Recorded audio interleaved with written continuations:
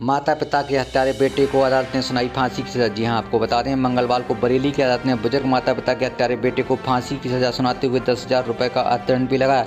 आरोपी बेटे ने जमीन के लालच में नवंबर 2020 में बुजुर्ग माता पिता की गोली मारकर निर्मम हत्या कर दी थी। बरेली की अदालत ने अपर सत्र न्यायाधीश ज्ञानेंद्र त्रिपाठी ने इस केस में फैसला सुनाया। आपको बता दें बरेली की मीरगंज थाना इलाके में संपत्ति के बाद में 3.5 साल पहले माता पिता की हत्या करने वाले वकील को अदालत ने उसे फांसी की सजा सुनाई। दुर्वेश का माता पिता की परवरिश से कोई सरोकार नहीं था, वह सिर्फ संपत्ति में हिस्सा लेना चाहता था। इसमें हत्यारे का नाम दुर्वेश कुमार था, जो कि पेशे से अधिवक्ता है। उसने दिनांक 13/10/2020 को समय लगभग सुबह 6 बजे अपने माता पिता दोनों की नृशंस हत्या गोली मारकर कर दी थी। और हत्या की वजह ये थी क्योंकि वह अपने पिता को कोई भी हिस्सा नहीं देना चाहता था, जबकि पिता ने अपनी संपत्ति को 3 भागों में विभक्त कर एक हिस्सा इसके छोटे भाई उमेश कुमार वादी मुकदमा व एक हिस्सा इसको दिया था तथा एक हिस्सा स्वयं अपने पास रखा था, जबकि अभियुक्त ये चाहता था कि उसको 1/2 हिस्सा मिल जाए और माता पिता अपने पास कोई हिस्सा संपत्ति का न रखें। तो क्या इसको लेकर विवाद होता रहता था? घटना वाले दिन क्या हुआ, कैसे हुई? इसको लेकर के इसमें अकस्मात कभी कभी विवाद होता था, लेकिन ये सारी चीज़ें अपने योजनाबद्ध तरीके से कि इनको माता पिता को निपटा करके इनकी हत्या करके कैसे ही पूरा आधा हिस्सा प्राप्त कर लिया जाए, इसको लगातार प्रयास रहता था, जिसकी माता पिता को इसकी जानकारी नहीं हो पाई।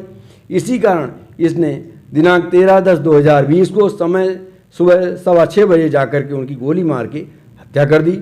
और इतना ही नहीं, इसने अपने पिता को गोली मारने के बाद जब वो घायल अवस्था में गिर पड़े तो उनके लिए घायलावस्था में खींचा भी था और उनके लाश को एक अंदर बरामदे में ले जाकर के डाला था। और जब ये इतना संतुष्ट हो गया कि इनकी मृत्यु हो गई है, तब इसने उनके सबके पास से हटा था। इसके बाद जब इसकी माता को इसने देखा, वो घबराई हुई चीखी और अपने को बचाने को दौड़ रही थी। उसी समय इसने गोली चला के उनके ऊपर उनकी भी हत्या कर दी।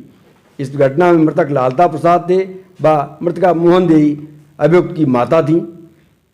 तो इस तरह से इसने अपने माता पिता की हत्या करके बहुत ही जघन्य अपराध किया, जो किसी तरह से क्षम्य नहीं था, जो कि पारिवारिक रिश्तों को भी कलंकित करता है, क्योंकि ये नहीं माना जा सकता कि कोई सगा पुत्र अपने माता पिता या भाई की हत्या भी कर देगा संपत्ति के लालच में।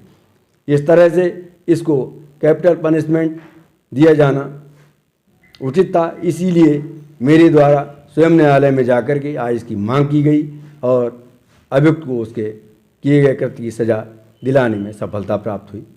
कितने गवाह पेश किए गए थे? और वादी भी इसके भाई था, वो भी वकील थे, दोनों वकालत करते थे। ये मेरे स्वयं के द्वारा जब ये पत्रावली सत्र न्यायाधीश महोदय के यहाँ विचाराधीन थी, उसी समय इसमें 9 साक्षी प्रस्तुत किए गए थे और बहस दौरान ये पत्रावली स्थानांतरित की गई थी अपर सत्र न्यायाधीश 14 के न्यायालय में।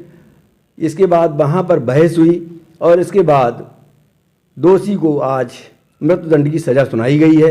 ये मृत्युदंड की सज़ा श्री ज्ञानेंद्र त्रिपाठी अपर सत्र न्यायाधीश महोदय द्वारा सुनाई गई है।